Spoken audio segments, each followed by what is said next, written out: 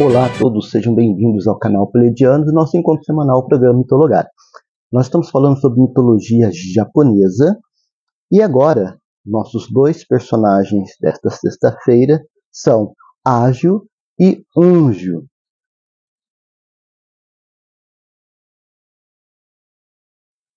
Bem, Ágio e Unjo fazem parte daquele grupo de protetores.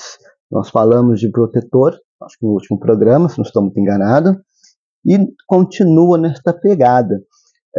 Por que são chamados de protetores? Porque o Ágio e o Unjo são imponentes guardiões que protegem a entrada dos templos budistas no Japão. Essas figuras, conhecidas como Nio, são esculpidas em madeira ou pedras e representam a força e a vigilância.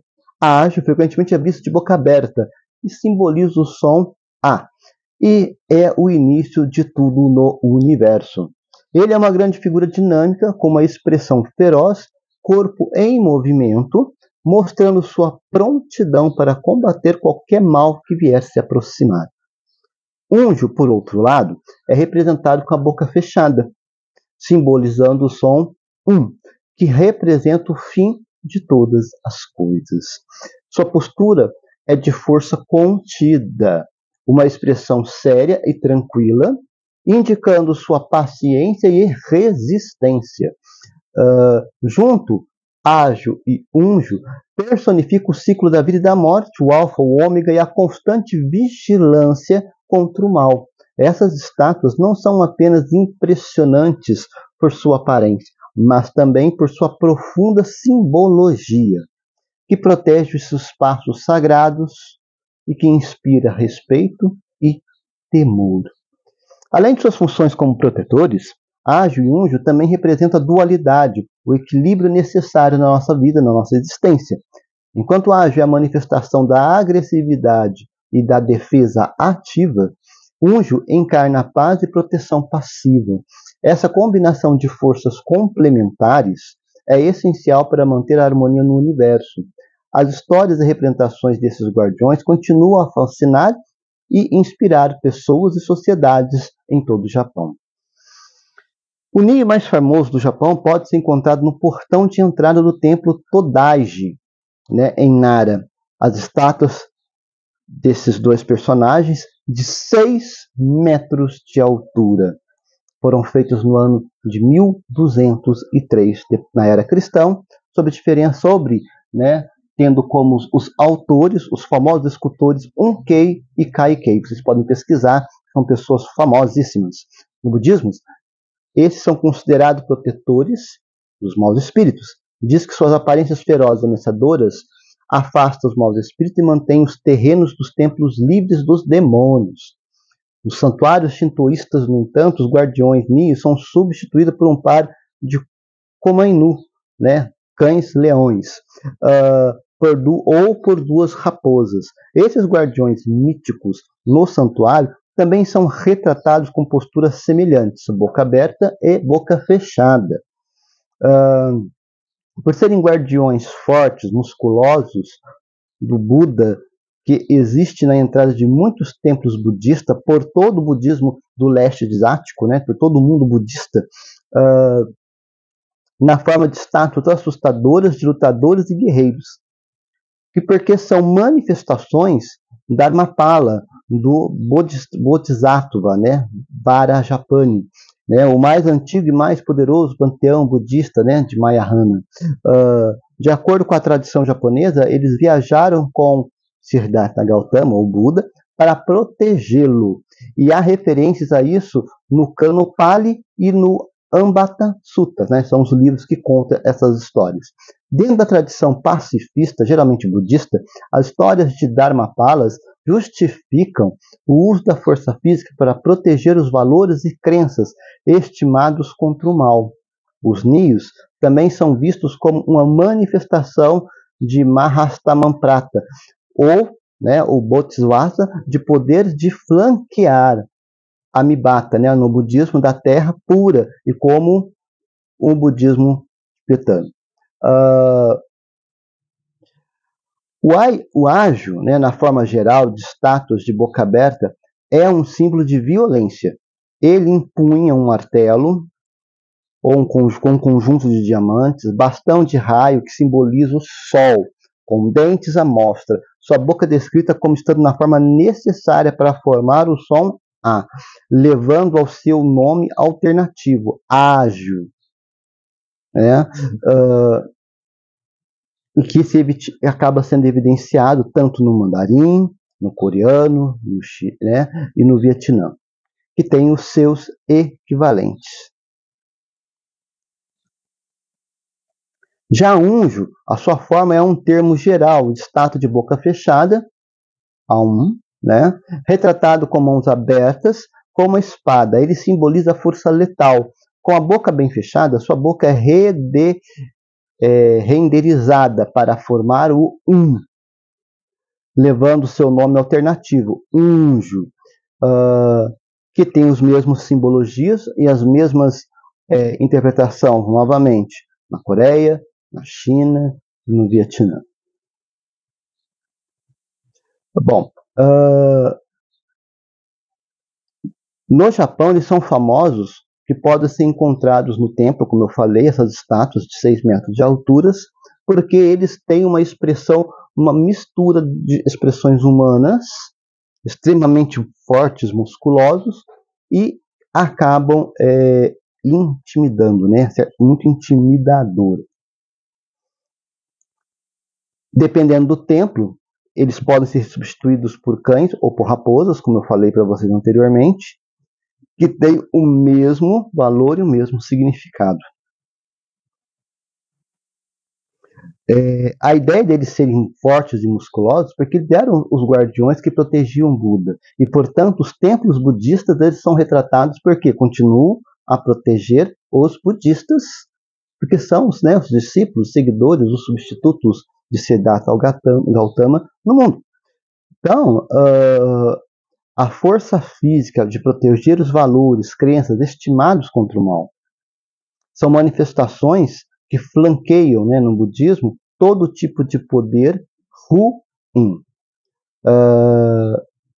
No fim das contas, juntando os dois nios, eles têm o início e fim do universo, o alfa e o ômega, bem e o mal, vida e morte, começo e fim, entre outras interpretações que dão significados ao poder que é atribuído a eles como protetores. Então nós temos que entender que essa interpretação desses dois personagens, desses dois protetores, por causa dessas características que eu acabei de dizer para vocês, eles acabam ultrapassando o mundo budista. Ele é conhecido não somente no Japão, mas em Inca, Pérsia, Babilônia, Mesopotâmia, Egito, Inglaterra, Tailândia. Tanto que na Tailândia, as artes marciais conhecidas como Muay Thai, que tem o tigre da boca aberta e fechada, dando uma alusão a esses dois níveis. Então nós temos que entender que a expressão deles denota proteção. Por que denota proteção? Gente, eu já falei para vocês, eu acho que eu já falei tanto no programa Mitologar e no programa O Papo É, sobre a questão de proteção. Por que nós precisamos de proteção? Porque nós somos pessoas sugestionadas, impactadas, influenciadas. Qualquer tempestadezinha emocional balança as nossas certezas, os nossos conhecimentos, as nossas fundações como pessoas. Então a ideia de ter uma pessoa, uma entidade, um ser, algo que não é sacudido pelo tempo, pelos acontecimentos da vida como protetor, ele acaba dando uma conotação muito mais forte para a nossa existência, principalmente na questão de crença. Ora, quando você se junta com outra pessoa, com outras pessoas, pelo bem comum, ela é uma proteção forte. E por ser uma proteção forte, ela não se abala facilmente. Diferente de uma única pessoa que, quando tenta ser forte, é ele sozinho que tem que se manter firme diante de N situações. Agora, como são várias pessoas, essas N situações elas são dissipadas E como elas são dissipadas entre os grupos, entre seus pares, torna-se menos pesado, menos vigoroso ter que confrontar. Por isso que, novamente, sociedade humana ela é constituída de pessoas. Ela não é constituída pelo mercado, ela não é constituída pela indústria, ela não é constituída pelo comércio, ela não é constituída por fábricas, ela não é constituída pela tecnologia, ela é constituída por pessoas. E por que as pessoas são os mais combatidos? Por exemplo, por que nós vivemos num país como o Brasil gigantesco, nós temos alimentação de produção de sobra, que chegam a jogar fora em nome do mercado, prefere fazer as pessoas passarem fome ao invés de dar o alimento, distribuir o alimento para acabar com essa questão fome, assim como deficiência de trabalho, deficiência de uma boa educação, deficiência de várias situações, porque inverteu-se os valores, colocaram o mercado, colocaram a indústria, colocaram o dinheiro como ponto focal. Só que essas coisas só funcionam porque por detrás dessas coisas estão pessoas. Se as pessoas não existissem, essas coisas não têm validade nenhuma, elas nem existiriam. Porque quem criou o dinheiro? Quem criou a indústria? Quem criou o comércio? Até a agricultura, quem criou a agricultura? Então você consegue compreender que essas coisas foram criadas por pessoas como você e eu, ao longo da história da humanidade. Portanto, nós criamos nossos próprios fantasmas que começam a nos assustar e nos temorizar.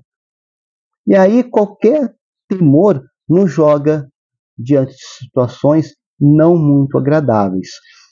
O Brasil está passando por uma situação e precisa passar por essa situação para poder começar a pensar como pessoas realmente críticas de pensamento, não ser balançado por fake news de WhatsApp, não ficar sendo enganado pelo fantasma do comunismo que não existe no Brasil.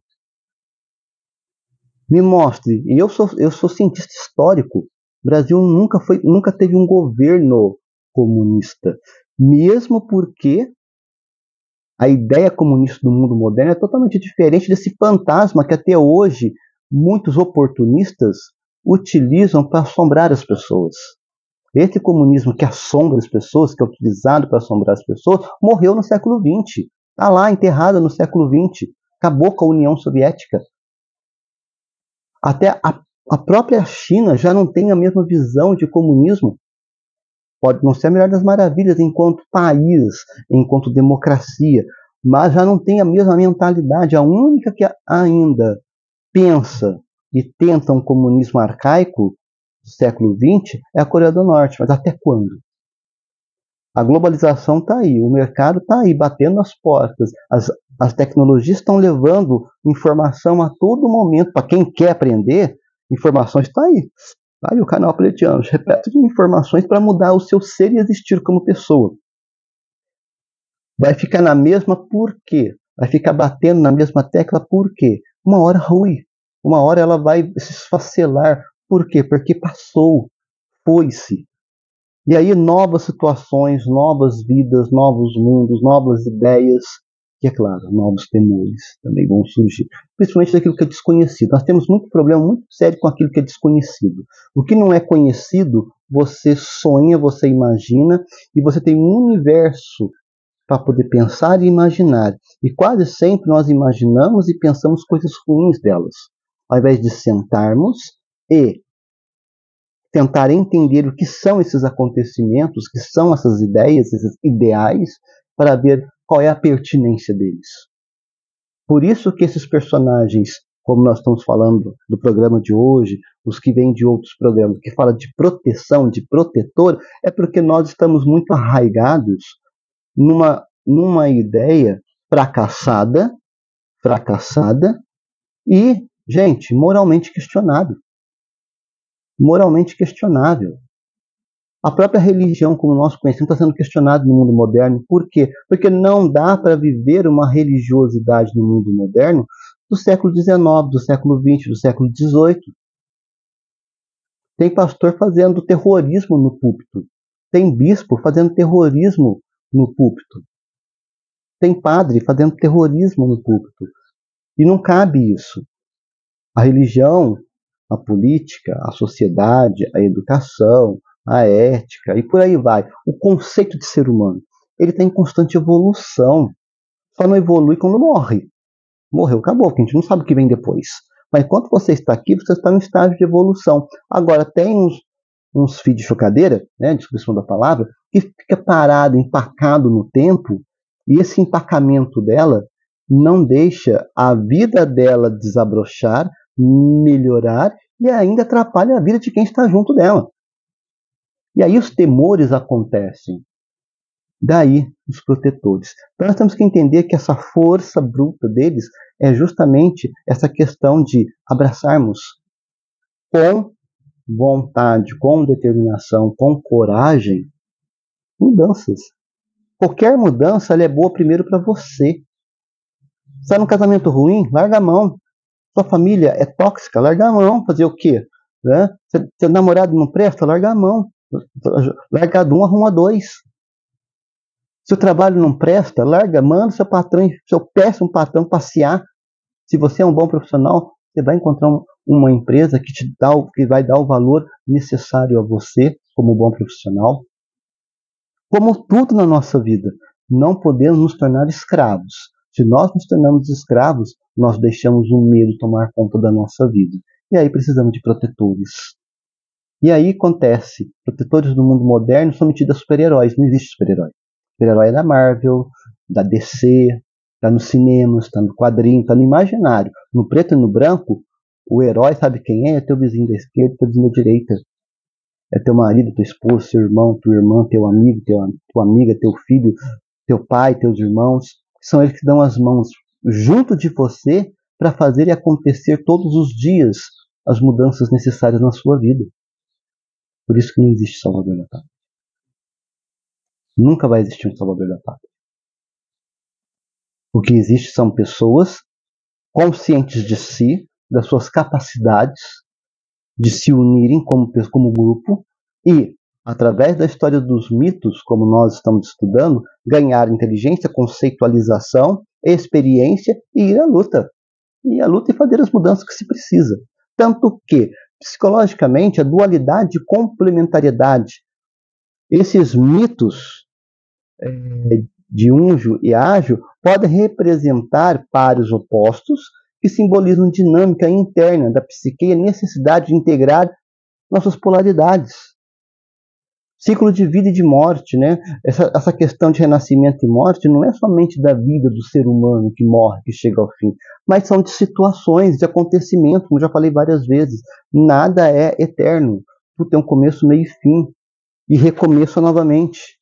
Então são processos. Depois nós temos heróis e jornadas, né, desses heróis.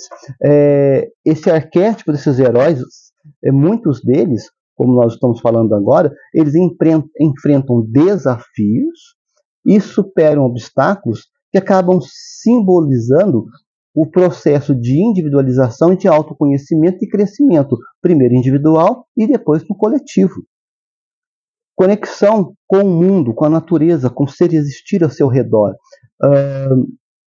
traz essa harmonização natural. Por quê? Porque nós somos codependentes.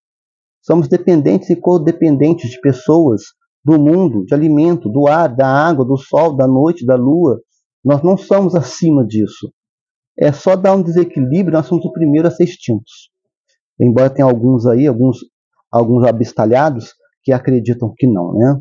Mas estamos vendo aí, hoje, eu estou gravando esse programa, hoje é quinta-feira, deve ser quase 17 horas de quinta-feira, aqui na minha cidade está dando 36 graus. Não tem um vento, não tem nada, 36 graus. E nós estamos na primavera, não estamos no verão. Imagina quando chegar depois do dia 20 de dezembro, quando começa o verão oficialmente. Os 35 vai virar 45, aí só por Deus, né? Poder e autoridade, dependendo da versão do mito, eles podem representar figuras de autoridade, de reis, de deuses. Representa uma busca incessante pelo poder e, ao mesmo tempo, a utilização desse poder para a sociedade. Ela não é voltada para si próprio, Poder voltado para si próprio é ganância. É ganância, é ambição. Agora, poder que se procura voltado para a sociedade é governabilidade, é mudança de pensamento, é mudança de vida, é mudança de estrutura, é mudança de conceitos, é mudança de sociedade, em outras palavras. Culturalmente, nós podemos entender que o mito, com seus valores, crenças e práticas culturais, ele influencia a criação de um ser individual e social. Moldam e remoldam todos os dias o ser, o pensar e existir das pessoas. Seus símbolos, eles são importantes por quê? Porque eles representam instrumentalizações para alguma coisa, para se fazer alguma coisa, para se desempenhar algum papel. Quais são os instrumentos que você tem na sua vida que desempenham o seu papel? Como bom profissional, como agente familiar, como agente social, como amigo, por aí vai. Quais são os instrumentos? Você tem utilizado bem esses instrumentos para essas finalidades? E a própria interpretação do mito em si individualmente ajuda a compreender as ressonâncias pessoais, as nossas dificuldades pessoais e nos dá a capacidade de nos enxergarmos como somos e poder mensurar, medir nossas capacidades e nossas deficiências e nos moldarmos e remoldarmos todos os dias para melhor viver. Para melhor viver. Logo, o mito de Unjo e Ágio, como tantos outros mitos, acaba oferecendo vários pensamentos da psique humana, seja individual ou coletiva, para a existência universal das pessoas, sociedade. Né? Analisar os mitos pode nos ajudar a aprofundar a nossa jornada e nosso conhecimento como pessoa, como ser consciente e como ser social, e principalmente na construção e reconstrução deste mundo que nós vivemos e habitamos e deixamos sementes. Por que deixamos sementes? Primeiro, pelos legados. Segundo, pela nossa própria genealogia, né? Vamos deixar filhos, netos, bisnetos, tataranetos. E aí? Como é que vai ser? Eles vão herdar um mundo melhor ou pior que o que você está vivendo? Se for pior, o fracasso é seu. Se for melhor, o sucesso é seu. É como que você quer ser lembrado? Como o fracassado que destruiu uma sociedade ou aquele que lutou para melhorar a sociedade, melhorar o mundo, para que a posteridade possa viver melhor do que se vive hoje. Lembre-se, os mitos nos ensinam que proteção somos nós que fazemos, somos nós que lutamos, somos nós que criamos as engrenagens e os instrumentos de proteção. Mais do que você acreditar no ser espiritual, acredite na sua capacidade de fazer e acontecer as mudanças protetivas na sua vida, na vida das pessoas que habitam com você e na própria sociedade. Essa, sim, é de fato o maior e melhor de todos os significados de proteção, de protetor, de garantir para novas gerações um mundo melhor, um mundo mais digno, um mundo mais saudável. Vou me despedindo por aqui. Um bom final de semana. Nos encontraremos novamente no canal Pleiadianos. Um forte abraço a todos.